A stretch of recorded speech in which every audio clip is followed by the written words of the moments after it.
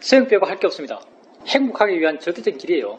수영이라는 게. 왜냐하면 수영은 정말 절대 행복을 추구해요. 우리가 행복이라고 하면 뭐가 행복이에요? 뭐 딴 것도 없죠. 마음이 좋은 게 행복한 거예요. 마음이 좋은 게 행복합니다. 삶에서도 여러분은 마음이 좋을 때가 있어요. 어떨 때? 좋은 옷 샀을 때 마음이 좋아요. 좋은 옷 샀을 때 마음이 안 좋아요. 사실은요. 좋은 차 샀을 때 마음이 좋아요.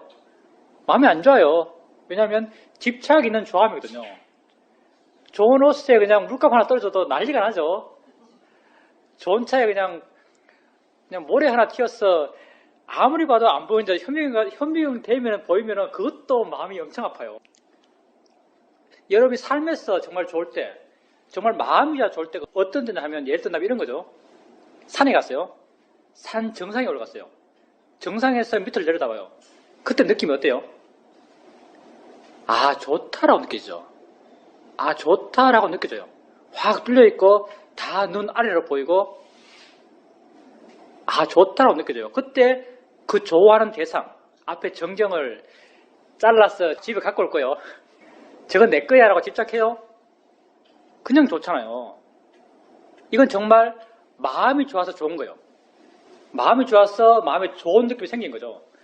근데 이런 좋은 것은요 언제나 반대편의 극단을 갖고 있어요.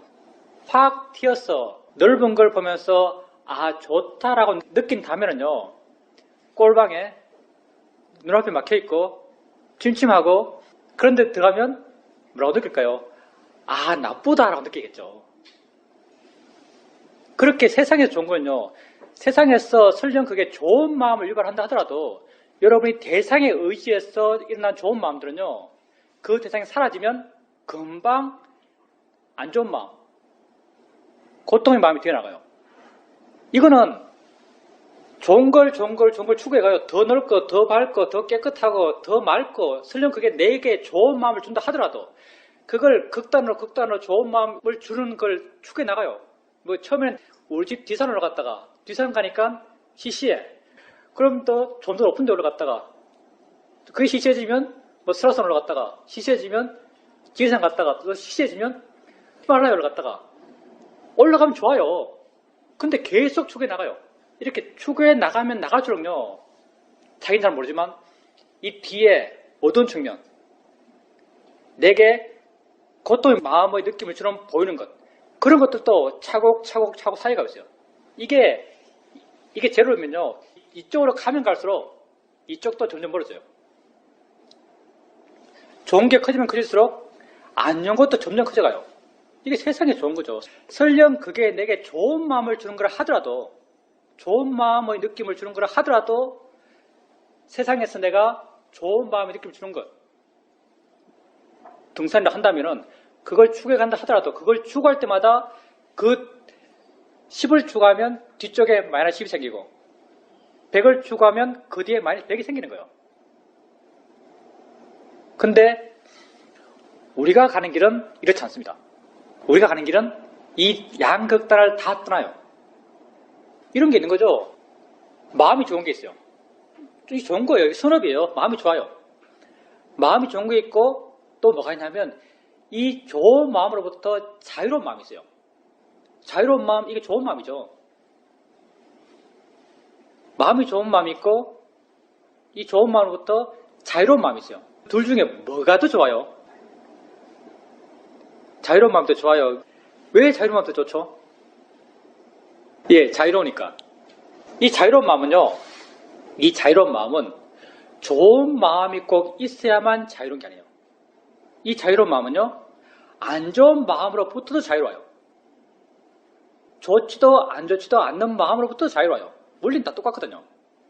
이 자유로운 마음은요, 앞에 무엇으로부터 자유롭다 해서 이 무엇이요, 무엇이 정말 무엇도 가능해요.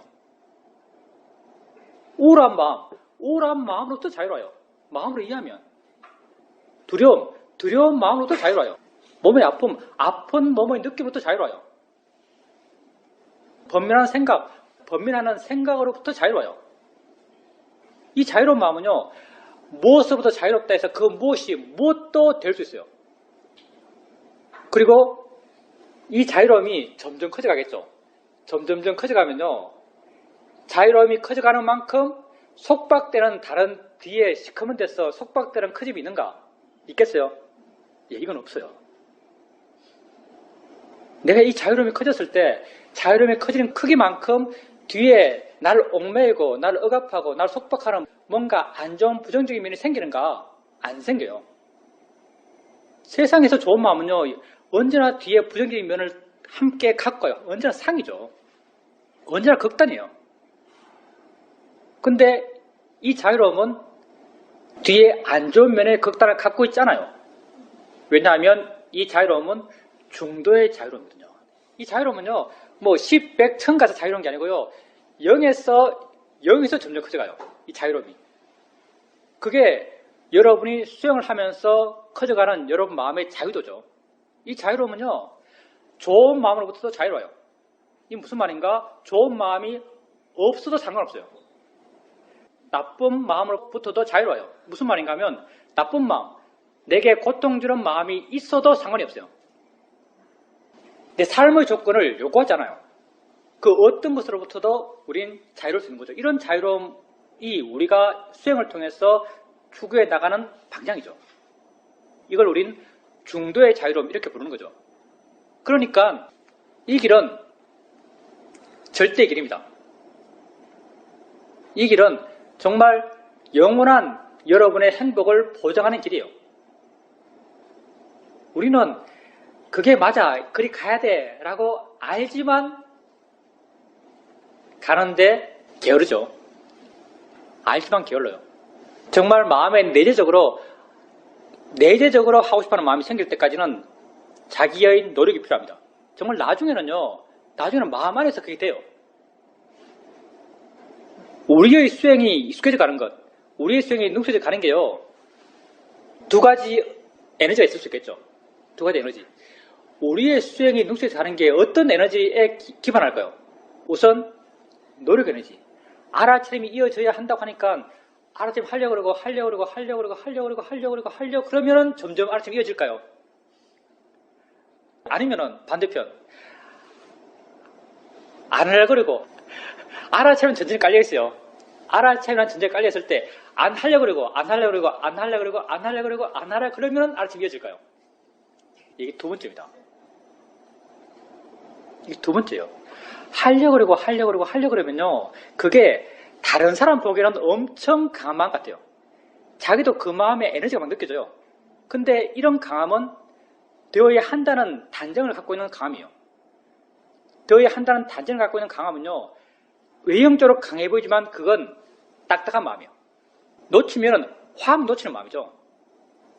알아차림 할 때는 아주 강력하게 열심히 잘하는 것 같지만 놓치면은 그냥 깡그리 잊어버리는 마음이죠. 정말 알아차림 잘할 수 있는 마음. 옷 입을 때도 부처님 개념 수행이 나오죠. 옷 입을 때, 바로 들 때, 옷 벗을 때, 말할 때, 침묵할 때, 화장실 가서 오줌 누를 때, 똥 누를 때, 뭐 앞으로 갈 때, 뒤로 갈 때 항상 알아차림이 있으라 그래요. 알아차림이 계속 이어지라 그래요. 알아차림이 계속 이어지는 이런 알아차림은요, 내가 하려고 해서 알아차림이 이어진 게 아니에요. 내 마음에서 자발적으로 알아차림 하려고 하는 마음이 일어날 때. 근데 이렇게 자발적으로 알아차림 하고자 하는 마음의 힘이 생길 때까지는요, 여러분의 개인적 노력이 필요합니다. 그렇게 안 된다면. 그렇게 안 된 분들 느끼면은 이게 와 저렇게 되나? 뭐 저렇게만 되면 정말 수행이 쉽겠는데 이렇게 생각하실지 모르겠지만요, 이거 별로 대단한 거 아닙니다. 웬만큼 수행의 시간이 되고 자기 수행의 노력이 있게 된다면요, 어느 정도 시간이 지나면은 외적으로 내게 아주 강력한 외적 자극이 있지 않은 이상요, 쉽게 마음이 나를 향합니다. 마음이 나를 향하고 있으면 그냥 알아차림이 있는 거예요. 알아차림이 이어짐을 불교에서는 굉장히 강조하고요. 우리 사회도 이런 말을 하죠. 우리 수행이 비법이 있는데, 지가 잘나기 위한 비법이 있는데 그게 뭔지 아냐? 라고 말하면서 한 말이 뭔지 아세요? 우리 수행이 비법이 있대요. 우리 수행이 비법이 딴 게 아니고 알아차림이 이어지는 게 비법이야, 이렇게 말하거든요. 알아차림이 이어지는 게 비법이야. 알아차림이 이어지는 게 왜 비법일까요? 알아차림이 이어지면 바른 수행을 할 수밖에 없어요. 이어진 알아차림을 내가 노력할 수 없어요. 이어진 알아차림은 내가 줄여들어야만 이어지는 알아차림을 해나갈 수 있어요. 알아차림이 이어진다면 법은 저절로 떴나요. 예를 들어 봅시다. 만약 여러분이 알아차림이 이어지고 있어요. 손을 느끼 말고, 엉덩이 느끼 말고, 어깨 느끼 말고, 목에 느끼 말고, 머리카락 느끼 말고, 느끼 말고, 느끼 말고, 이 느낌, 저 느낌, 이 느낌, 저 느낌, 이 느낌, 저 느낌. 알아가고 있어요. 하루, 이틀, 3일, 4일, 5일, 한 달, 2달, 3달 알아가고 있죠. 자, 이렇게 계속 알아가고 있어요. 이렇게 계속 알아가다 보면 점점 둘 가운데 뭐가 점점점 두드러질까요? 엉덩이란 것, 소리란 것, 어깨란 것, 팔이란 것, 머리란 것, 이게 점점점 두드러질까요? 아니면 느낀다는 게 점점 두드러질까요? 예, 느낀다고 두드러져요. 안 그럴 것 같아요. 계속 알아차림 이어가다 보면요, 점점 알아지는 것도 멀어지는데요. 손의 느낌, 엉덩이 느낌, 귀의 느낌, 팔의 느낌, 팔, 소리, 팔, 어깨, 무릎, 그런 것으로부터 마음이 물러나요. 그러면서 팔의 느낌을 알고, 그러면서 어깨 느낌 알고, 그러면서 머리 느낌 알아요. 머리로부터 멀어져요. 느낀다로 접근해 나가죠. 그러니까 알아차림이 이어진다면요, 법은 드러날 수밖에 없어요. 이렇게 드러난 법은 내 마음을 엉덩이로부터 물러나게 하고, 손으로부터 물러나게 하고, 머리로부터 물러나게 해요. 그 이전에 내가 화내고 욕심냈던 것은 다 손, 엉덩이, 머리 이런 거예요. 소리도 마찬가지죠. 여러분이 차 소리 듣고, 새 소리 듣고, 바람 소리 듣고, 남편 소리 듣고, 아이 소리 듣고, 딩동 소리 듣고, 뭐 시계 소리 듣고, TV 소리 듣고 알고 해보세요. 남편이다, 애다, 바람이다, 새다, 그런 것이 두드러질게요? 아니면 들린다가 두드러지겠어요? 들린다가 두드러져요. 알아차림이 이어지면 법이 두드러질 수밖에 없어요. 생각, 집에 가는 생각, 회사 가는 생각, 회사에서 있으니 일 생각, 먹는 생각, 자는 생각, 걷는 생각, 생각 이렇게 쫙 하고 있어요. 계속 알아가요. 그러면 그 생각의 내용, 이건 먹는 생각이다, 이건 듣는 생각이다, 이건 가는 생각이다, 이건 오는 생각이다, 이런 생각의 내용이 두드러지겠어요? 생각한다가 두드러지겠어요? 생각한다가 두드러지는 거예요. 알아차림이 정말 이어진다면 이렇게 법이 두드러질 수밖에 없어요. 법이 두드러질 때 우리는 그 법이 만들어낸 관념으로부터 자유로워지는 거죠. 그 관념은 좋은 관념이든 나쁜 관념이든 좋지도 나쁘지도 않은 관념이든 뭐가 되었든 자유로움의 대상은요, 자유로움의 대상은 무엇도 가능해요. 이 자유로움은 모든 것을 잡아먹는, 모든 걸 잡아먹는 불가사리예요. 모든 걸 잡아먹는 불가사리 같은 거예요. 이 자유로움은요, 뭐든지 취해서 목적으로 만들어볼 수 있어요. 그러니까 우리는 이걸 절대의 자유로움이라고 말할 수 있는 거죠. 우리는 이 길을 가요. 여러분이 얼마나 미약해요, 사실은. 자기를 보면 한심하잖아요. 나도 해당됩니다. 나를 보면 한심해요. 별 볼일 없죠, 사실요. 그냥 그런 사람이에요. 세상에 별것 대단한 것도 없어요. 그냥 그렇게 살았어요. 지금도 그냥 그렇게 살아요. 그렇지만 우리가 바라보는 것, 우리가 한 발 내딛는 방향, 우리가 바라보는 것, 우리가 한 발 내딛는 그 방향은요, 절대의 방향이에요. 완전함의 방향이죠. 벅찬 일 아닌가요? 나만 그런가요? 예, 벅찬 일이에요. 우리가 이렇게 그냥 중생이지만 지금 대단하게 뭐가 된 것도 아니지만 적어도 우리가 나아가는 그 방향은 절대 자유로움의 방향이에요. 불교에서 부르는 해탈의 방향이죠. 뭐 해탈이 딴 것도 아니죠. 그거죠. 이건 여러분이 한 발 한 발 뗄 때마다 여러분 조금씩 나아가고 있어요. 여러분이 소리 들으면서 소리라고 하면서 그 소리로부터 마음이 물러날 때, 느낌 알면서 느낄 뿐이라고 하면서 그 느낌으로부터 마음이 물러날 때 여러분 그 길을 향해서 한 발 내딛는 거예요. 가고 있는 그 자체가 소중한 겁니다. 가고 있는 사람이 되십시오. 저번 시간에 내가 여러분에게 나 지금 죽음에 대한 명상을 하고 있어요. 이런 말 했잖아요. 죽음에 대한 명상을 하고 있어요. 근데 그게요, 경질에 그냥 나오더라고요. 내가 했던 말이 물론 표현은 전혀 다르죠. 경전에 죽음에 대해서 부처님이 어떻게 봐야 하는지에 대해서 말하고 있는데 그게 내가 저번 시간에 했던 말과 똑같더라고요. 그래서 야, 대단한데 이런 말도 했구나. 어차피 법에 대한 이해 방향은 똑같으니까요. 똑같은 이야기 합니다. 그래서 여러분에게 한번 소개시켜 주려고 가지고 왔죠. 부처님께서 하루는요, 병자들이 있는 병실로 가세요. 병자들이 있는 병실 가서 그 사람들이 굉장히 고통스러운 느낌을 느끼고 있으니까 고통스러운 느낌을 느끼고 있는 그 사람들에게 느낌을 어떻게 봐야 하는지를 본문하세요. 느낌을 어떻게 봐야 하는지. 느낌에는 즐거운 느낌, 괴로운 느낌, 즐겁다, 괴롭다 느낌 있는 거죠. 즐거운 느낌을 단지 느낌으로 봐라. 연기에서 일어난 걸 봐라. 조건대에 일어난 것을 봐라. 일어난 걸 봐라. 법으로 봐라. 그렇게 느낌을 어떻게 봐야 하는지, 느낌을 단지 느낌으로 봐라. 이렇게 느낌을 보라고 가르쳐 주세요. 그리고 그 결과가 뭐냐? 즐거운 느낌을 이렇게 봤을 때 그 결과가 뭐냐면요. 그런 즐거운 느낌을 욕망하는 경향을 내려놔요. 그런 즐거운 느낌을 욕망하는 경향을 내려놔요. 이게 무슨 말이겠어요? 즐거운 느낌이 없어도 상관없는 마음이 되는 거예요.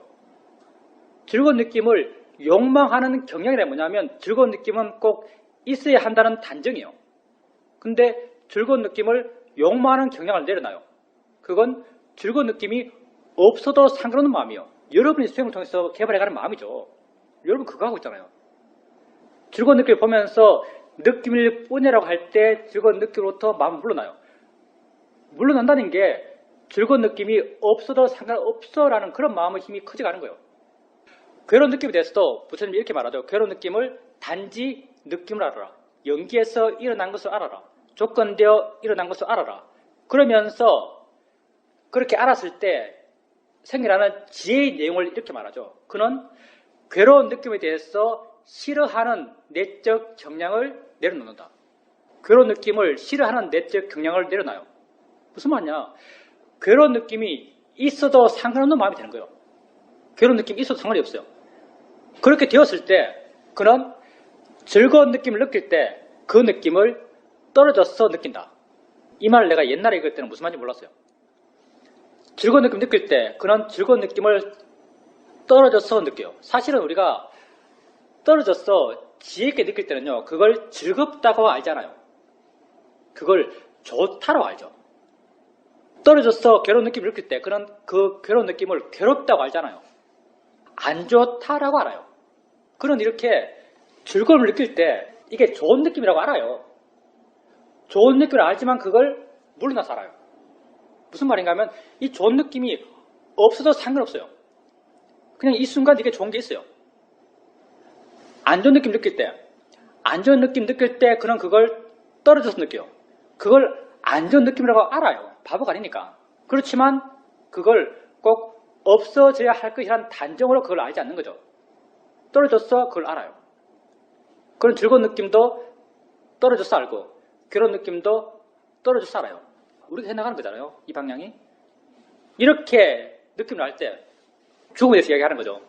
그가 몸이 무너진 느낌을 느낄 때 그는 몸이 무너진 느낌을 느낀다고 한다. 경계를 이렇게 말하고 있어요. 그가 몸이 무너진 느낌을 느낄 때 그는 몸이 무너지는 느낌을 느낀다고 한다. 경계적인 표현이 돼요. 근데 한번 생각해 봅시다. 여름에 수행을 해나가면서 느낌을 알아가죠. 이어지게 알아가요. 엉덩이 느낌, 손의 느낌, 팔의 느낌, 아픈 느낌, 괴로운 느낌, 기쁜 느낌, 좋은 느낌 해나가면서 점점점 여러분에게 부각되는 것. 알아지는 것은 좋다, 나쁘다, 엉덩이다, 팔이다가 아니고 느낀다죠. 느낀다. 점점점 느낀다에 여러분의 마음은 주목하고 좋다, 나쁘다, 엉덩이다, 팔이다 이런 것으로부터 마음은 점점점 멀어져요. 이런 것으로부터 마음은 점점 자유로워져 가요. 자, 그러면 이렇게 지혜의 힘이 좋아진 사람, 지혜의 힘이 좋아진 사람이 몸이 무너질 때, 죽을 때요.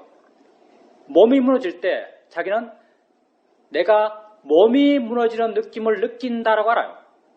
자, 이때 몸이 무너진 이 그에게 주목거릴까요? 느낀다가 그에게 주목거릴까요? 당연하잖아요. 1-1이 2면요. 7-7은 14예요. 몸이 무너진 느낌 느낄 때 그에게 주목되는 것은 그의 관심사항은요. 몸이 무너진다가 아니에요. 느낀다죠. 그의 마음이 이렇게 느낀다 있을 때 그는 몸이 무너진다는 그런 관념적 상태에 대한 해석으로부터 마음이 지혜의 크기만큼 자유로워요. 그리고 그가 정리를 이렇게 말하고 있죠. 그가 목숨이 다하는 느낌을 느낄 때 그는 목숨이 다하는 느낌을 느낀다라고 안다. 이렇게 말하고 있어요. 목숨이 다하는 느낌을 느껴요. 그때 그는 목숨이 다한다를 주목할까요? 느낀다를 주목할까요? 느낀다를 주목하는 거예요. 그 힘을 키워왔으니까 1년, 5년, 10년, 20년 그 힘을 키운 거예요. 여러분 지금 수행한다면 다 이 힘을 키우는 거예요. 목숨이 다하는 느낌을 느낄 때 그는 목숨이 다하는 여기에 주목하지 않고요. 느낀다에 주목해요. 그래서 그는 목숨이 다하는 이것으로부터 마음이 그의 지혜의 크기만큼 자유로운 거예요. 그렇게 되었을 때 그는 그렇게 목숨이 다해서 몸이 무너질 때 그 모든 느꼈던 것, 그 모든 느낌들이죠.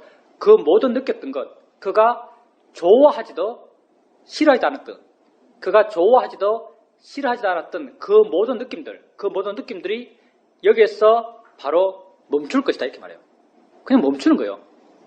영어식 표현은 become cool right here 이렇게 말해요. become cool right here. 여기서 그냥 쿨해지는 거예요. 이 느낌들을요, 내 것도 아니고, 내가 좋아하는 것도 아니고, 내가 싫어하는 것도 아니에요. 있기를 원하는 것도 아니고, 없기를 원하는 것도 아니에요. 있어 그만, 없어 그만이에요. 그게 어느 순간에서 그냥 쿨해지는 거예요. 부처님이 죽음을 이렇게 보는 거죠. 비유한다면 이렇게 말할 수 있겠죠. 집에 인형이 하나 있어요. 보면 볼만해요. 쓸 일이 있으면 써요. 베개도 하고, 허리도 받치고. 없으면 안 찾아요. 없으면 신경 안 써요. 있으면 쓰다가 없으면 신경 안 써요. 그렇게 지내다가 어느 순간 인형이 없어졌어요. 없어진 인형에 대해서 애달바 할까요? 애달바 안 해요. 똑같은 거요. 느낌들. 좋은 느낌에 대해서 좋은 느낌이 있어야 된다는 생각을 떠나요. 안 좋은 느낌에 대해서 안 좋은 느낌이 없어야 된다는 생각을 떠나요. 있음과 없음의 양극단을 떠나는 거죠. 그게 있어도 그만, 없어도 그만이에요. 좋은 느낌이 있어도 좋고 좋은 느낌이 없어도 좋아요. 안 좋은 느낌이 있어도 좋고 안 좋은 느낌이 없어도 좋아요. 근데 이 내가 좋아하지도 싫어하지도 않는 느낌이 어느 순간 멈춰요. 그냥 쿨해지는 거죠. 죽어도 될 것 같습니까? 우리가 나에 대한 집착이 있어서 쉽게 말을 못하지만 이 맥락은 여러분이 이해할 거예요. 왜냐하면 여러분 마음에도 이런 지혜가 있으니까. 어떤 맥락인지. 우리 이 길을 가는 거예요. 죽음에 대한 우리의 방향이에요. 이것 또한 우리가 지금 수행하고 있는 그 맥락과 한치도 어긋나지 않습니다. 바로 우리 수행의 길이에요. 옛날에 내 경전을 거의 싹 다 읽었지만요. 그때는 무슨 말인지 몰랐어요. 좋은 말이네 정도지. 근데 우리나라 번역 어떻게 나오는가? 좋아할 것 하나 없는 이 느낌이 사늘하게 식어버릴 것이다. 식어도 될 것 같아요? 안 될 것 같아요? 식으면 안 될 것 같아요. 좋아할 것 하나 없는 이 느낌이 사늘하게 식어버릴 것이다. 전혀 뉘앙스를 못 잡아냈죠, 사실요. 공부하시는 분들이 넓게 많이 알지만 깊게 정확하게 알지 못하죠. 그분들은 말이 전부로 아시니까.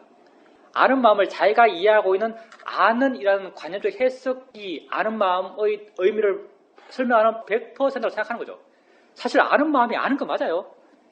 소리 있으면 우리는 이걸 아는 마음에 이름 붙이고 있어요. 소리 있으면 소리 함께 뭐가 있어요. 소리 있으면 소리 함께 뭐가 있는 거죠. 이게 소리를 알아요. 자, 우리가 안다고 말할 때 우리가 아는 마음 한번 봅시다. 소리가 있어요. 소리가 있고 귀가 있어요. 그리고 이식이 있어요. 소리 듣는 마음. 이 세 개가 함께 있는 걸 촉이라고 그러죠. 촉 통해서 느낌 생기라고, 느낌을 통해서 이 소리가 무슨 소리라 관념적 해석이 있고, 해석의 결과 좋은 소리, 나쁜 소리, 집착, 화 이렇게 일어나는 거죠. 자, 이 촉에서 소리와 이식과 귀예요. 안근이죠. 이 글이죠.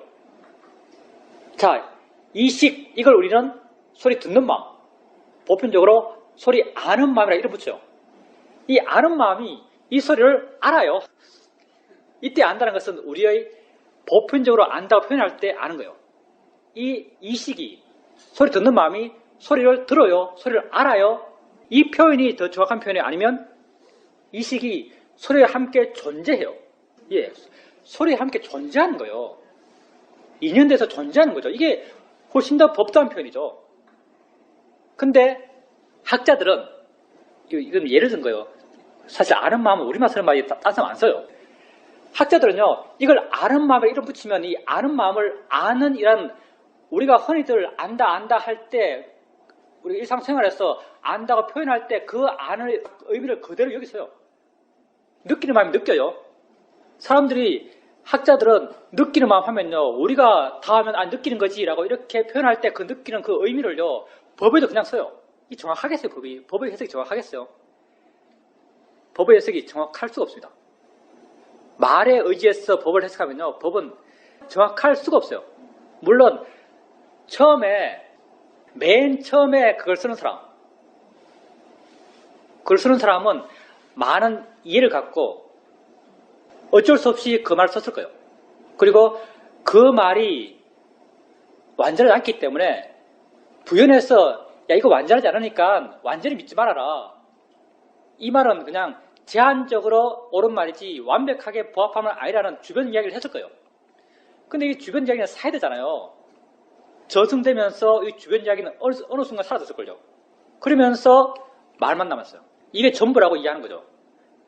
그래서 이렇게 공부하신 분들 이야기 들어보면요, 맨 첫 마디는 바르게 해요.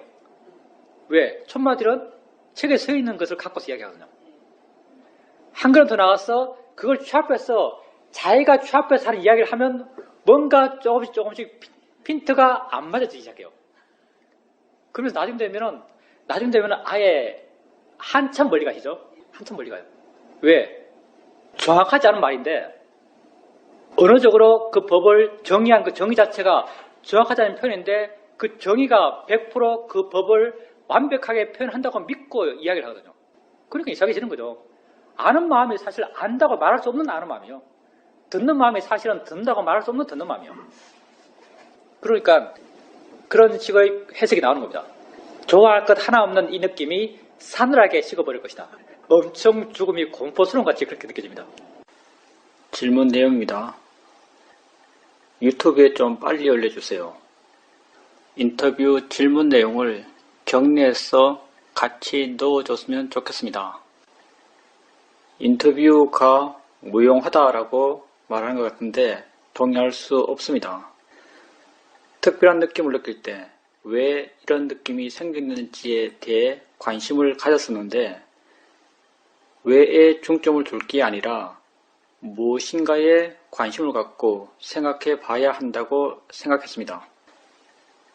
나에게 관심을 갖기보다 국가, 동창 문제에 더 관심을 갖게 되었어 마음의 질이 너무 떨어지다 보니까 끊임없이 화를 내고 있습니다.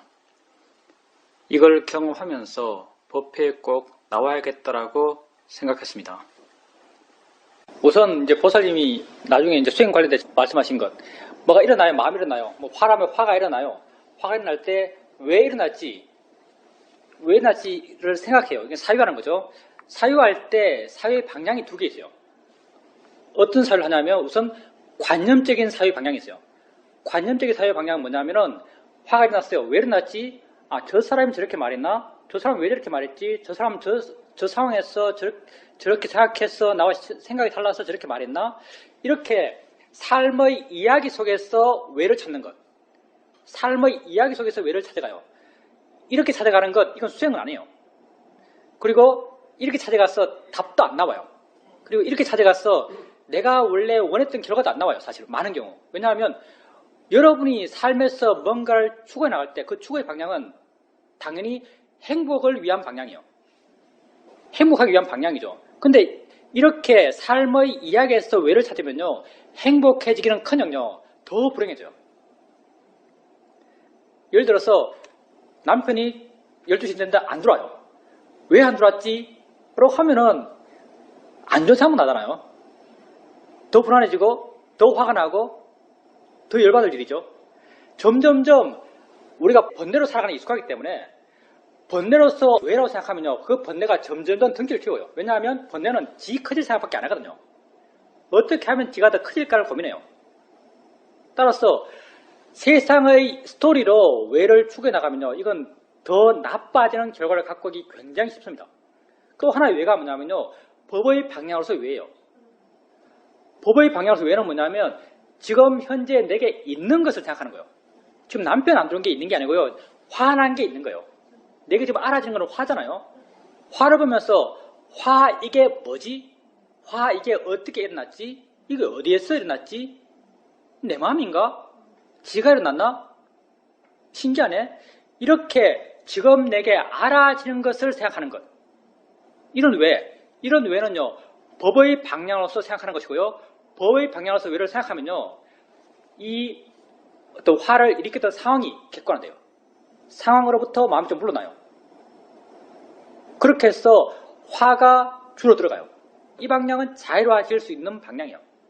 그러니까 보살님께서 자기의 어떤 삶의 체험이 있고 그 체험에서 왜라고 하면서 그 체험을 생각하신다면요. 사유적인 방향이 아니고 세상의 스토리의 방향이 아니고요. 법의 방향으로 생각하십시오. 법의 방향은 지금 이게 있다는 방향이요. 지금 이게 있는 이것을 생각하고 이것을 고민하고 이것을 궁구해 나가는 방향. 그게 법의 방향으로 생각하는 거예요. 그렇다면은 그 행복해지기 위한 보살님의 노력이 그 결과를 갖고 올 거예요. 그리고 우리가 이제 사회나 뭐 국가나 세상에 대해서 바람이 있겠죠. 이렇게 돼야 바람직하다고 생각하는 게 있어요. 바람직하다고 생각하는 게 있는데 물론 바람직한 방향으로 변해가야 돼요.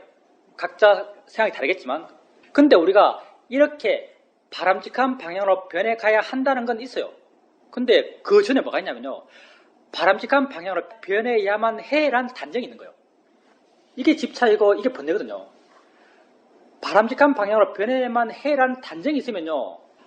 바람직한 방향으로 변화시키기 위한 나의 노력은요. 다 고통의 방향이에요. 왜냐하면 세상은 내 마음대로 안 되니까. 세상은 바람직한 방향으로는 변하지 않아요.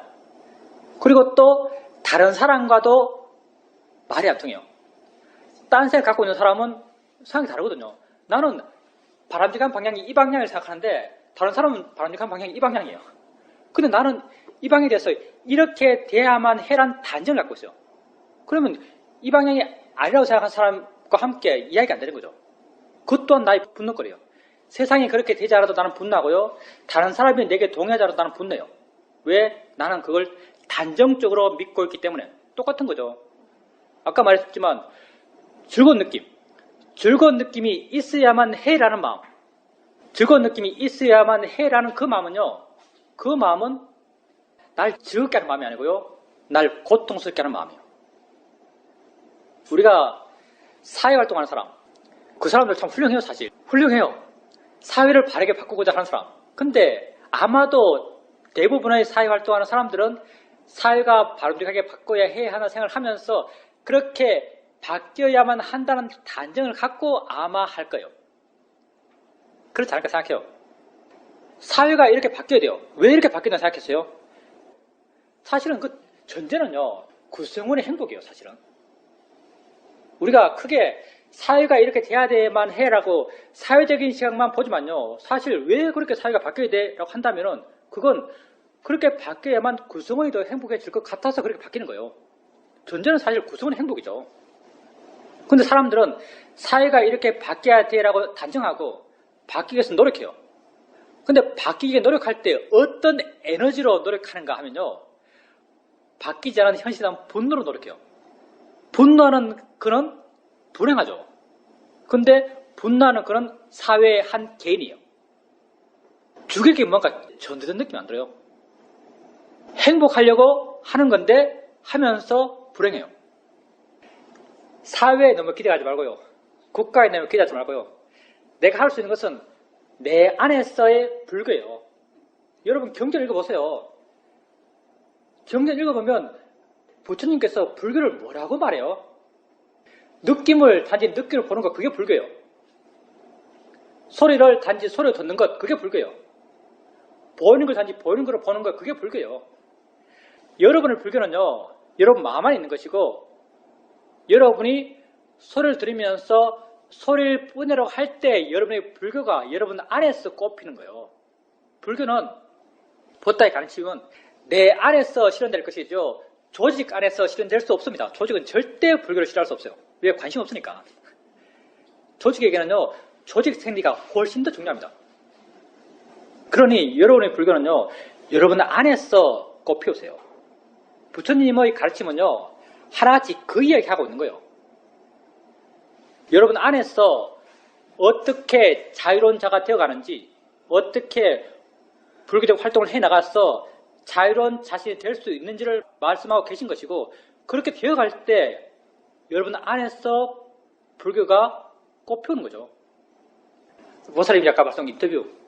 저번 시간에 인터뷰 무용론에 대해서 말했습니다. 무용론은요, 인터뷰 그 자체가 무용하다는 말이 아니에요. 인터뷰에서 하는 말들이 그렇게 의미 있지 않단 말이에요, 사실은요. 인터뷰에서 하는 말들은요, 다 여러분이 스스로 알아야 될 말이고, 여러분이 스스로 알았을 때만 가치 있는 것이고, 모르면 무의미한 거예요. 지혜 명상은요, 지혜를 키워가는 수행이고, 지혜적 내용들은요, 내가 알았을 때 아는 것이 들어서 알 수 있는 것이 아니에요. 그런 의미에서 인터뷰 무용론이라고 받아들일 수 있는 그런 말을 한 거죠. 사실 인터뷰는 굉장히 중요합니다. 수요면에서 내가 수행을 바르게 했다면 어떤 에너지로 바르게 했냐라고 말한다면 인터뷰 스트레스 때문에 바르게 했다고 말할 수 있습니다. 인터뷰가 정말 중요해요. 인터뷰가 있었기 때문에 수행을 바르게 했다고 말할 수 있습니다. 그리고 인터뷰 늦게 올려주는 것, 그건 내가 엄청 반성해야 될 것이죠. 사실 내 본문 듣는 걸 엄청 싫어해요. 내가 한 말 듣는 걸 굉장히 싫어하죠. 사실 단마습 인터뷰에도 벌써 3달 밀려 있습니다. 그리고 인터뷰에 이제 질문자의 질문 넣는 것, 이거 정말 그렇게 하면 좋겠는데, 옛날 미얀마에서 우리끼리 이야기할 때, 이렇게 하면 올리면 어떨까라고 이야기할 때 질문자를 목소리로 누구 나레이션으로 넣자라는 말을 한 적이 있는데, 그거 넣을 생각을 한 번도 안 해봤어요. 예, 그렇게 한번 해봅시다. 질문 내용입니다. 저에게 도반이 한 명 있습니다. 법회는 안 나오고 혼자 법문 듣고 집에서 수행하는데, 우리 집에 와서 저하고 수행 이야기하는 것이 그 도반에 공부하는 방식입니다. 어떤 말을 어느 수준에서 이야기해 줘야 하는지에 대해서 고민이 많습니다. 한 번은 자기 전에 수행했고 새벽에 정신이 살짝 깨어있을 때 일어나는 모든 것이 단지 알아차림되면서 아는 것이 전체가 되었습니다. 알려하지 않는데도 그냥 아는 그 상태가 되었습니다. 완전히 깨어나서는 그 상태가 계속 이어지지 않았습니다. 던져두고 단지 지켜보기만 하는 수행 상태는 아니고 개입하고 노력해야 하는 상태입니다. 수행이 안 되는 상태도 받아들여야 하는 것이구나 라는 것이 알아졌습니다. 그러니까 좀 더 법에 대해서 공고해지는 느낌이 생겼습니다. 법에 대한 이해가 더 공고해진 느낌이 든다면 그건 보살님 마음에서 지혜의 힘이 더 좋아졌기 때문이죠. 어떻게 수행하는지에 대한 이해가 더 깊어졌기 때문이고요. 그리고 우리 마음의 상태에 따라서 수행이 자연스럽게 될 때도 있고 수행이 자연스럽게 안 될 때도 있어요. 수행이 자연스럽게 안 될 때는 노력하는 거죠. 노력할 때 노력한다는 것에 대해서 그냥 이럴 땐 이렇게 하면 되지라고 하면서 노력하는 그 자체에 대해서도 마음이 놓인다면요. 이런 상태에서 이렇게 하면 돼 라고 한다면 노력하지만 우리가 노력하면 마음이 휘달려가고 마음의 어떤 에너지가 한 방향으로 쏠리고 이렇게 생각하지만 노력해야 될 때는 그냥 노력하는 거야 라고 노력하는 그 자체에 대해서 큰 의미를 부여하지 않고 할 걸 한다고 안다면요. 그때도 마음은 노력하는 것에 대해서 자유로운 마음이 있어요. 그 자유로운 그 자체가 좋은 마음이죠. 옛날에는 노력해서 그 결과로서 어떤 상태를 바란다면요. 노력하는 그 자체가 약간 마음이 굳어지고 내 마음에 고통이 생길 수 있는 그런 활동이 되겠지만 노력할 때는 그냥 노력할 뿐이야 라고 노력하는 그 자체에서 마음이 여유롭다면요. 노력하지만 여유로움이 있을 수 있는 거죠. 그렇다면 노력하는 것에 대해서도 보살님은 그렇게 애씀으로 마음을 좀 굳게 하면서 노력하지 않아도 그 노력과 더불어서 좋은 마음도 함께 있을 수 있는 거죠.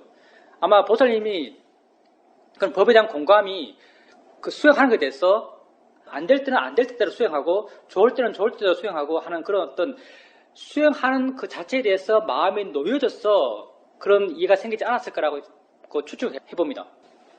그냥 노력해야 될 때 노력하세요. 그럼 됩니다. 노력할 뿐이에요. 그냥 노력해서 좋아져야 하는 게 아니고요. 노력해야 되니까 그냥 노력하는 거예요. 노력해야 되니까 노력한다고 알면 노력하는 그 자체에 대해서도 마음은 자유로워요. 그리고 보살님께서 이제 아침에 일어났을 때 설 잠이 깼어요. 설 잠이 깨니까 그냥 모든 게 자연스럽게 알아져요. 왜 그때 모든 게 자연스럽게 알아졌을까요? 예, 당연히 그래요. 자기 전에 보살님 수행해서 수행하는 마음이 좋았어요. 그리고 설 잠이 깨요. 설 잠이 깼을 때는 자의식이 그렇게 강하지 않아요. 나라고 하는 마음의 에너지가 별로 안 강하죠. 그때는요, 알고자 하는 마음이 별로 안 강해요. 그때는 그냥 물러나서 있는 걸 그냥 지켜보고 있어요. 일어나는 것을 알려고 하지 않기 때문에 일어나는 것은 무수하게 많이 저절로 있어요. 원래 많거든요. 알려고 하면 내가 알려고 하는 방향이 좁아지기 때문에 좁은 방향에서 그것만 있어요. 그렇지만 내가 알려고 하지 않으니까 다 있는 거예요. 마음이 좋아진 상태에서 알려는 마음이 없으니까 다 있는 거죠. 그리고 이렇게 다 있을 때는요, 그 하나하나 있음이 그냥 있음이에요. 보살님이 어떤 노력을 해요. 수행하려는 노력을 하면요, 보살님은 무엇을 알려고 해요. 수행하려는 노력 자체가요, 무엇을 알려고 한다는 거예요. 예를 든다면, 아는 마음을 이해하려고 그래요. 아는 마음을 이해하려고 그러면 보살님의 수행 대상은 아는 마음이에요. 그때는 보살님이 노력 안 해요. 무엇을 알려고 안 그래요. 무엇을 알려고 그러지 않으면요, 그것은 그냥 있음으로 존재해요. 이 있음은 아는 마음만 있는 것이 아니고요, 알아지는 대상도 함께 있는 거예요. 모든 있음은 한쪽만 있어서 있음이 안 돼요. 우리 알면서의 모든 있음은요, 한쪽만 있어서 있음이 안 돼요. 둘이 함께 있어야만 있음이 돼요. 그때는 보살님은요, 둘이 함께 있는 이 있음을 그냥 확인하는 거예요. 있음을 확인하는 거예요. 이것 또한 있음이 두 측면이라면, 알아지는 것과 아는 것이 있다면 그 한 측면을 이해하려는 마음이 없었기 때문에 이 둘이 함께 있음이 함께 이해된 거죠. 이것 또한 하려는 마음이 없기 때문에 그게 된 거죠. 그리고 보살님이 일상에 수행을 할 때, 그때는 나란 의식이 없어서 이렇게 됐지만요, 일상의 보살님의 수행의 방향 또한 이렇게 되기 위한 방향이에요. 보살님이 느낌 알면서 자연의 이치야 대상이 할 때 느낌으로부터 마음 물러나요. 물러나는 게 내 의지가 줄어들어서 물러나는 거예요.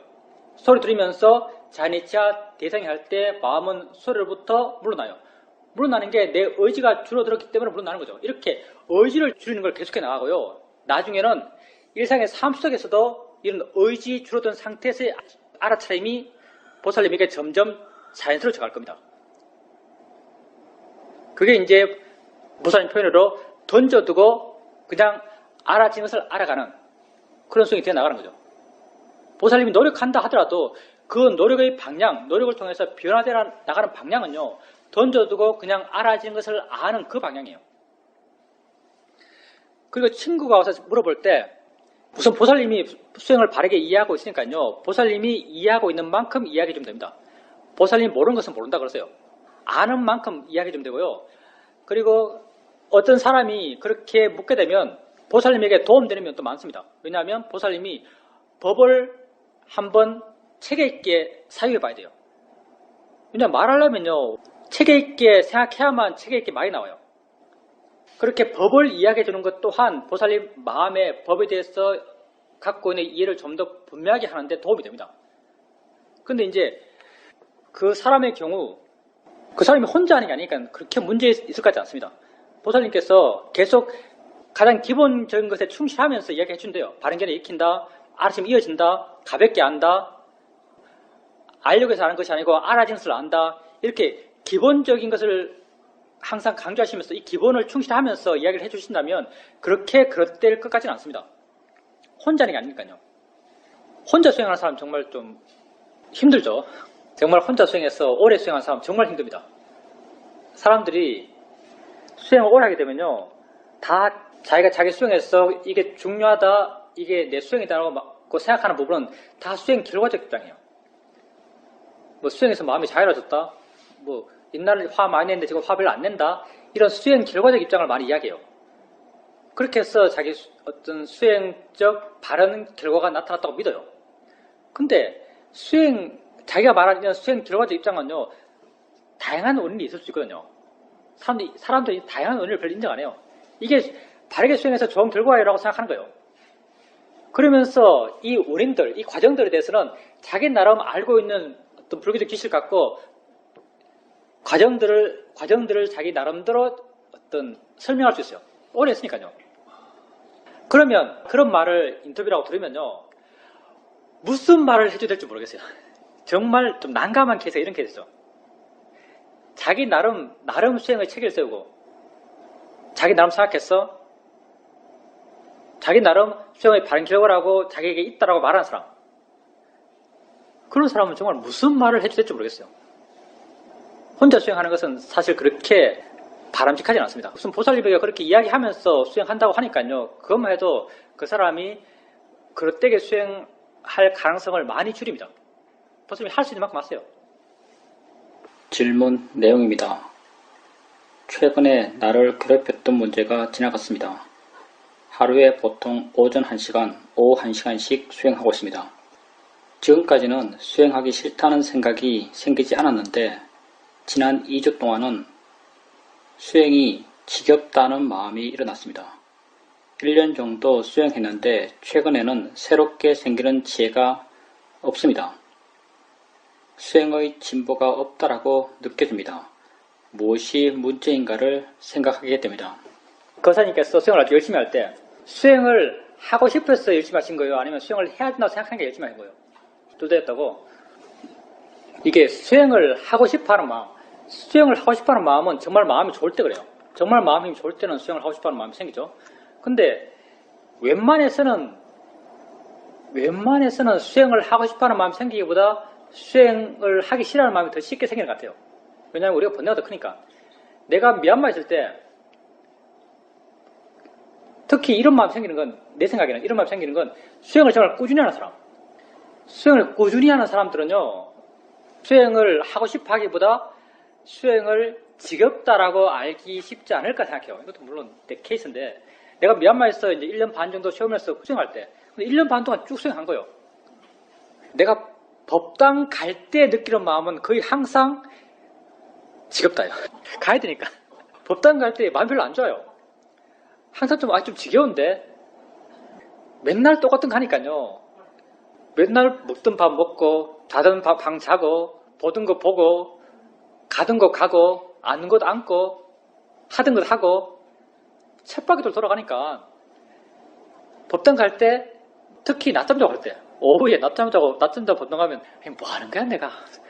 마음이 뚝 떨어진 상태에서, 지겹다라고 하면서 법당 가요.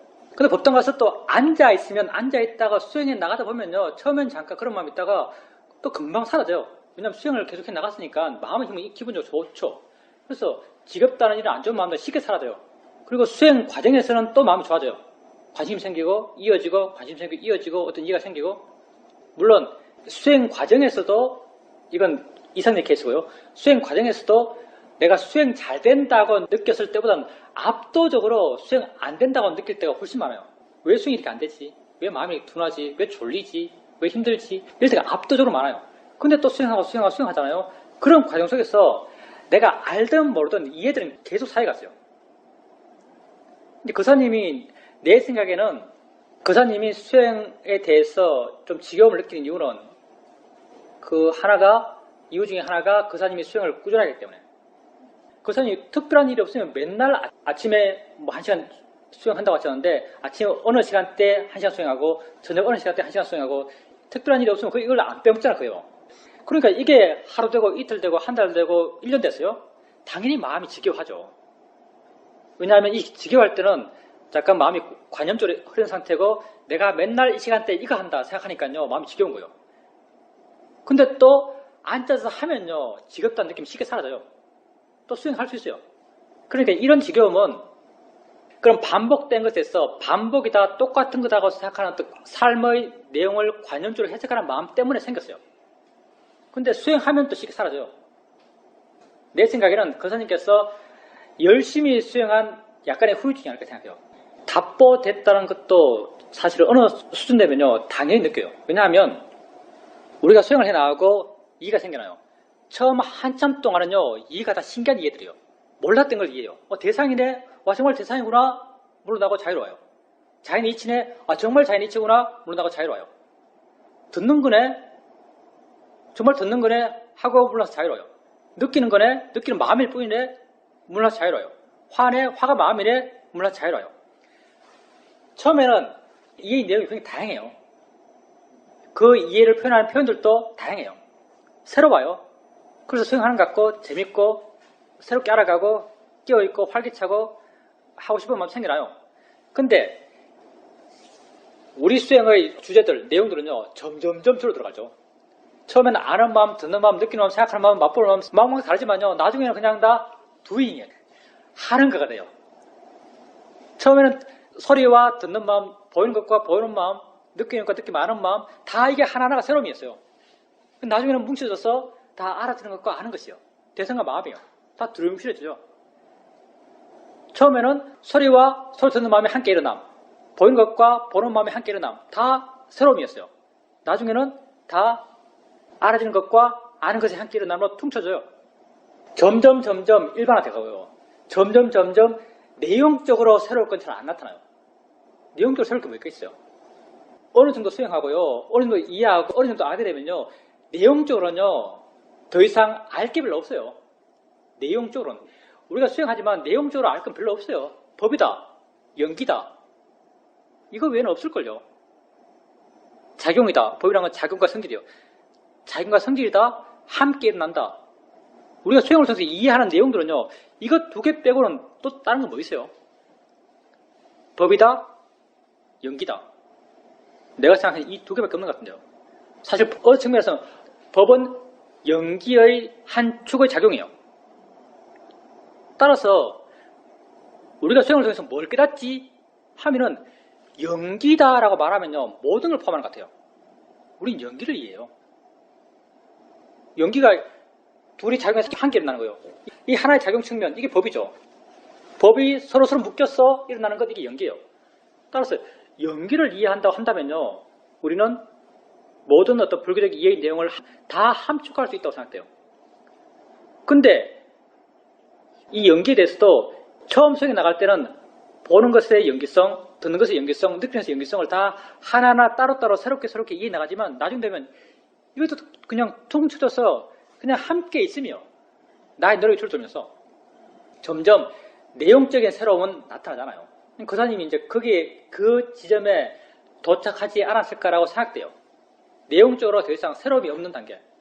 그렇다면 그럼 어떻게 될 것인가? 답이 없죠. 계속 하는 거예요.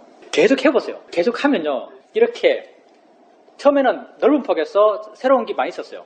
근데 이게 이 폭이 점점, 내용적 폭이 점점 줄어들어요. 그냥 작용과 반작용이에요. 그 연기성이에요. 근데 이제 그 깊이가 점점점 새로워질 거예요. 지금 거사님에게 새로움을 기대할 수 있는 것은요, 이 깊이 측면이에요. 넓이 측면이 아니고요. 지금은 기대할 수 있는 게 깊이 측면이죠. 점점 깊이가 점점점 깊어져 갈 거예요. 질문 내용입니다. 발언견에 자인의 이치다, 대상일 뿐이다란 두 가지 발언견해가 있습니다. 자인의 이치란 말은 바르게 쉽게 이해가 되는데 대상이다라는 말은 잘 이해되지 않습니다. 이제 대상이란 말은 그 부처님께서 말씀하신 발언견에 부상고 무아에 도대체 어디 들어가냐? 상당히 애매하죠. 들어간다면 다 들어가는 것이고 안 들어간다면 안 들어간다고 말할 수도 있어요. 대상이라는 말은 수행적 테크닉으로 쓰는 말이에요. 우리가 대상을 알 때 바른 수행의 상태는 대상으로부터 물러나서 자유로운 상태가 바른 수행하는 마음 상태예요. 이렇게 바른 수행하는 마음을 만들기 위해서 대상이라는 수단이 생겼어요. 소리 들을 때 소리가 대상이다 하면 마음은 이 소리부터 물러나요. 이때 대상의 의미는 저 소리는 내 밖에 있는 거야 라는 의미예요. 사실은요. 맨 처음 수행할 때는 저 소리는 나와 상관없이 내 밖에 존재하는 거야. 그러니까 내가 그 소리에 대해서 반응할 게 안 돼.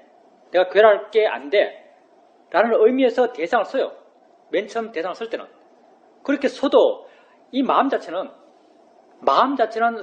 바르게 수행하는 마음이 갖춰야 될 조건을 갖추는 거죠. 대상으로부터 마음이 물러나서 자유로운 상태니까. 근데 이게 법의 이치에 합당한가? 이런 의미로 대상을 해석했을 때, 이런 의미로 대상을 받아들였을 때 법의 이치에 합당한가 하면요, 법의 이치에 합당하지 않아요. 사실 법의 이치에 어긋나죠. 소리를 내 밖에 있는 무엇으로 아는 것, 이거 법의 이치에 어긋나요. 근데 이게 수행하는 바른 마음을 가져오기 때문에 방편적 수단으로 이 말을 써요.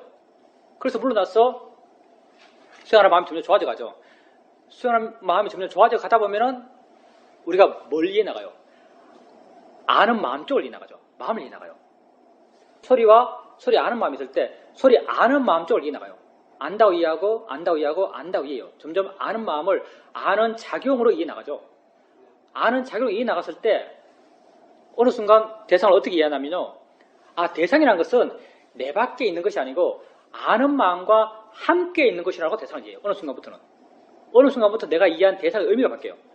아는 마음과 함께 있는 것이구나라고 이해하는 거죠. 그리고 아는 마음과 함께 있는 대상으로 이해할 때도 이때까지도 대상은요. 관념적인 대상이에요. 관념적인 대상으로 이해하는 거죠. 근데 아는 마음의 작용성에 대한 이해가 더 깊어져 가요. 뭘 하고 있는 거죠. 도잉하고 있는 거예요. 아는 마음의 작용성에 대한 이해가 더 깊어져 가다 보면 어느 순간 대상이라는 것도 고정된 뭐가 아니고 아는 마음이 이렇게 알고 있으면 아는 마음과 반대편에서 반대 방향의 어떤 작용이구나라고 이해해요. 아는 마음의 작용을 이런 모양으로 형성화시켰어. 아는 마음의 작용을 이렇게 하는 거라고 이해한다면, 작용을 이렇게 말한다면 알아지는 소리, 알아지는 것은 이렇게 작용해서 함께 묶이는 거예요. 이게 연기죠. 이 작용에 대한 이해가 깊어지면 아는가 묻고 확인하고 아는가 묻고 확인하고 해 나가면서 이 작용에 대한 이해가 점점 깊어지는 거죠. 이 작용에 대한 이해가 깊어지면 당연히 이쪽도 가만히 있을 수 없죠. 사실 이쪽도요. 이쪽도 이렇게 반작용으로서 이렇게 작용해서 함께 묶이는 거예요. 이쪽도 작용으로서 이해 나가요. 아는 마음에 대한 작용에 대한 이해가 깊어지면 알아지는 것도 작용으로서 존재하는 거죠. 이때부터 알아지는 것도 관념적으로 그냥 존재하는 알아지는 것이 아니고 작용으로서 법으로서의 작용이 이해되는 거죠. 이걸 만약 물질로 한다면 물질도 소리라고 했을 때 소리가 있는 존재하는 소리가 아니라 작용하는 소리로서 소리가 이해가 돼요.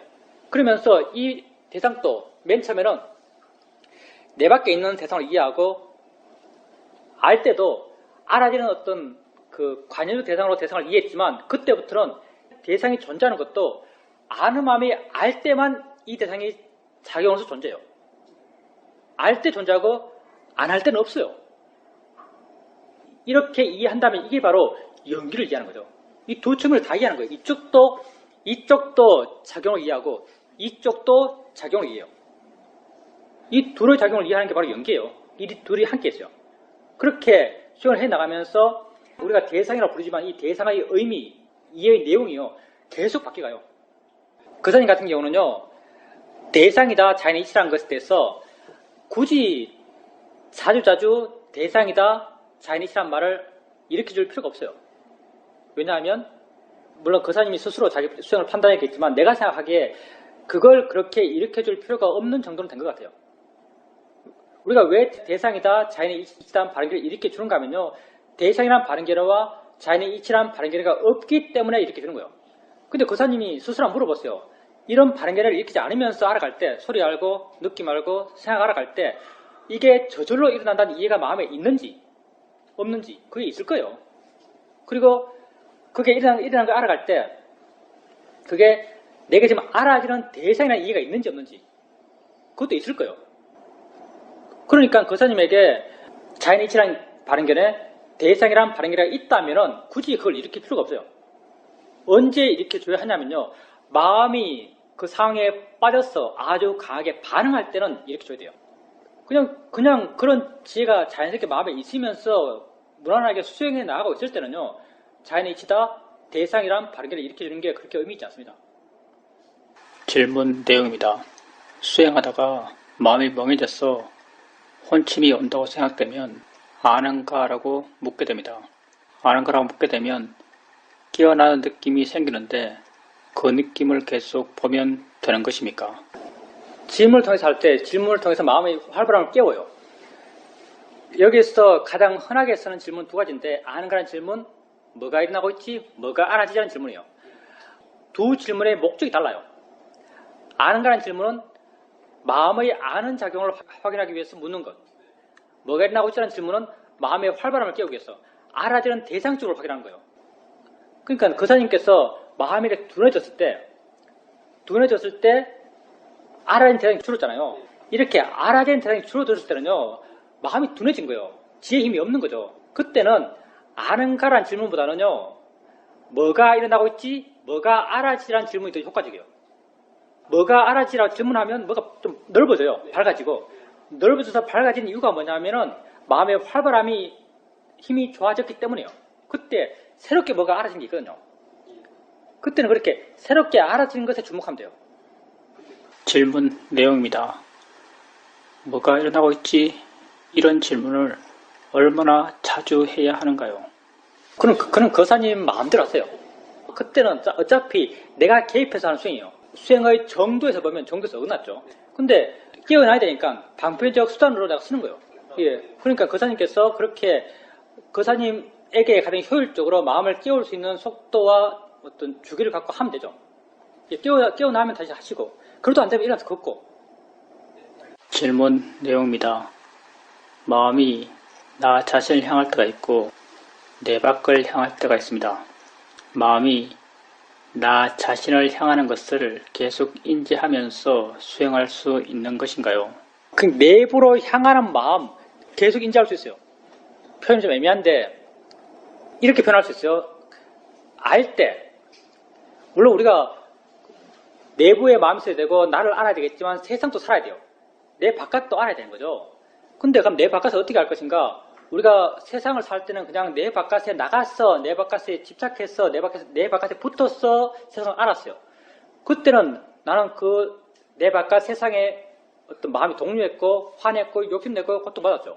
그럼 수행해서 내 마음이 내 안에 있어야 한다는데, 그럼 내 바깥은 어떻게 할 것인가? 이렇게 말할 수 있습니다. 보면서 봐요. 바깥에 보이는 게 있어요. 근데 마음은 내 안에 있으라 그래요. 그럼 내 밖에서 보이는 걸 어떻게 볼 것인가? 정말 수행에 능숙해지는 사람은요, 마음이 내 안에 있으면서 본다고 내가 이해하면서 보여지는 것 가운데 보고 싶은 걸 자세하게 봐요. 말 좀 애매하죠? 마음이 내 안에 있고 내 안에 있는 마음을 확인하면서 내 밖에 있는 보고 싶은 걸 자세하게 봐요. 이게 그게 돼요. 이게 우리 마음의 이걸 보통 캐파시티, 역량, 포괄력, 수행을 하면 할수록 내가 뭘 하겠다는 의지가 줄어들어요. 내가 뭘 하겠다는 의지가 줄어들면 줄어들수면요. 물론 이 줄어드는 게 마음의 힘이 약해서 줄어드는 경우도 있고요. 이 내가 뭘 하겠다는 의지가 줄어드는 게 마음의 힘이 커져가면서 줄어드는 거예요. 마음의 힘이 더 커지니까 내가 할 필요가 없어서 안 하는 거예요. 아까 보살님 말씀하신 거죠. 마음이 아주 좋아요. 근데 뭘 하겠다는 마음이 없어요. 알려는 마음이 없어요. 알려는 마음이 없으니까 더 많이 알아요. 우리가 수행을 통해서 개발하는 마음은요, 나의 개입이 줄어들어요. 뭘 알겠다는 마음이 없어요. 그렇지만 마음의 힘이 커져가요. 마음이 커져가는 가운데서 나는 내가 하고자 하는 방향성이 없어요. 그럴 때 난 더 많은 걸 해요. 더 많은 어떤 영향을 가진 거죠. 더 많은 캐파를 가져요. 이렇게 되었을 때 내가 정해놓은 방향이 없을 때 나는 모든 것을 알 수 있어요. 그때는 거사님 마음이 자기 자신을 향하고 마음이 내게 있고 또 마음이 내게 있다고 내가 알고 그러면서도 바깥을 자세하게 알아요. 할 말을 자세하게 해요. 질문 내용입니다. 예, 알겠습니다. 그렇게 할 수 있을 것 같습니다. 그런데 그렇게 내 안을 알면서 바깥 세상을 알 때 어수선해진다는 느낌이 생깁니다. 어수선한 것도 거사님이 의지가 줄어든다고 하지만 그 하나하나에 대해서 어떤 경향성이 조금 드러나기 때문에 어수선해지는 거예요. 다 던져주면 모든 것이 조화로워요. 거사님 의지가 정말 없으면요, 모든 것이 조화로워요.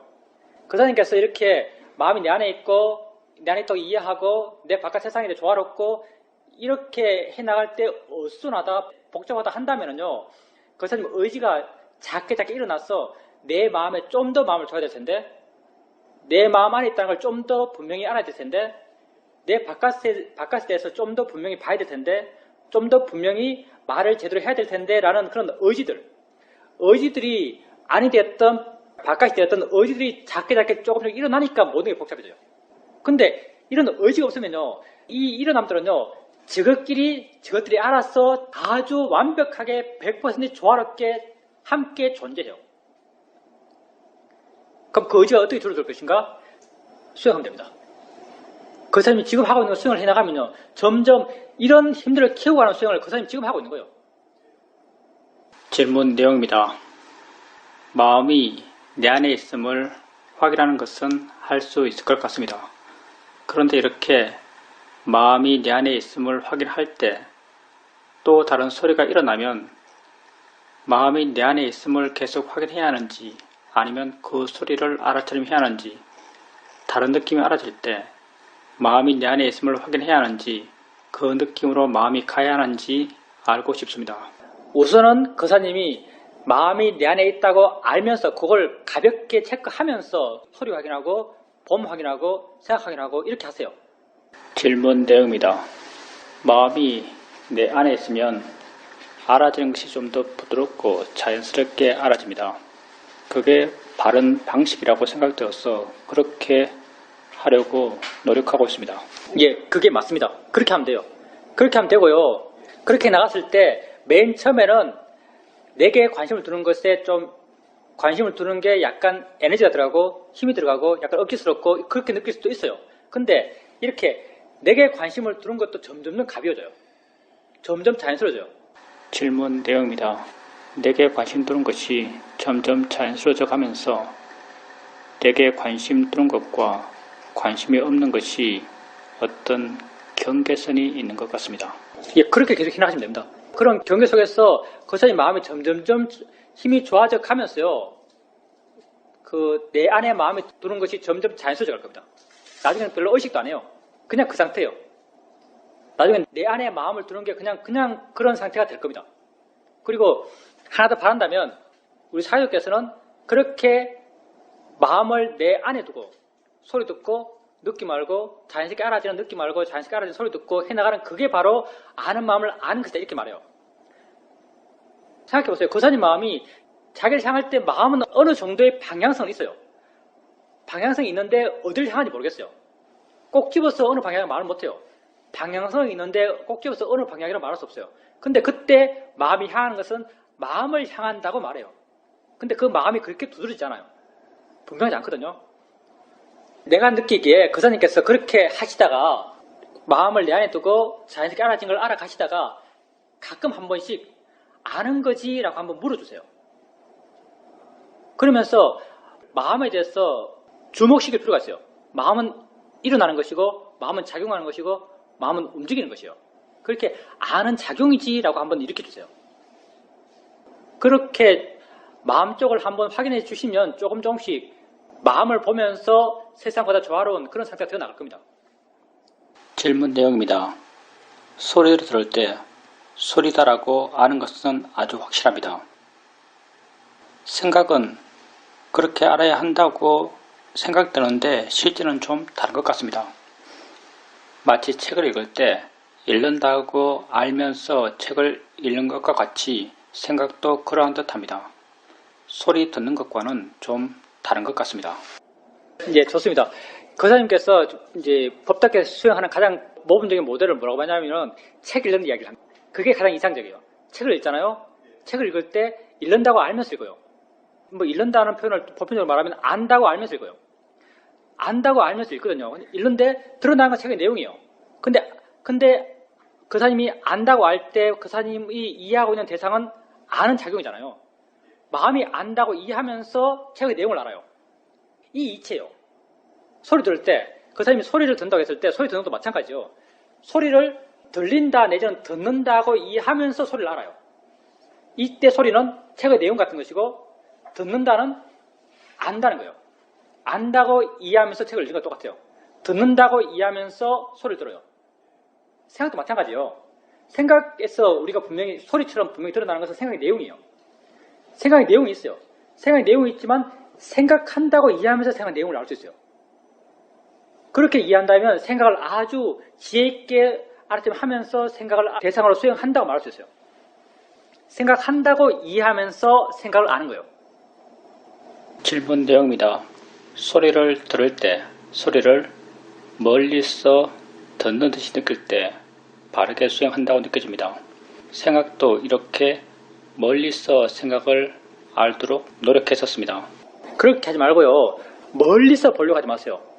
멀리서 보려고 하는 게 아니고요. 이해하려고 하세요. 수행은요. 이해하려고 하는 거예요. 거사님 만약에 이해한다면 멀어져요. 멀어지는 것은 결과예요. 수행은 원리를 채우는 거죠. 소리도 마찬가지. 소리를 듣는다고 이해하면 소리가 멀어져요. 우리가 수행적으로 애써야 될 방향은 멀어지려는 방향이 아니고요. 이해하려는 방향이에요. 생각도 마찬가지. 생각을 마음이 한다고 이해하면 멀어져요. 멀어지려고 하는 게 아니고요. 이해하려고 하셔야 돼요. 위파사나 수행을 하는 가장 기본적인 마음의 자세는요. 이해하려는 마음이에요. 멀어지는 것은 결과로서 나타나는 거예요. 작용과 성질을 이해하는 거죠. 생각한다는 것, 듣는다는 것, 뭐 본다는 것, 생각한다는 게 뭐다는 것, 마음이 뭐다는 것, 이해의 내용은 굉장히 포괄적이죠. 현재라는 것, 있다는 것, 다 이해의 내용이에요.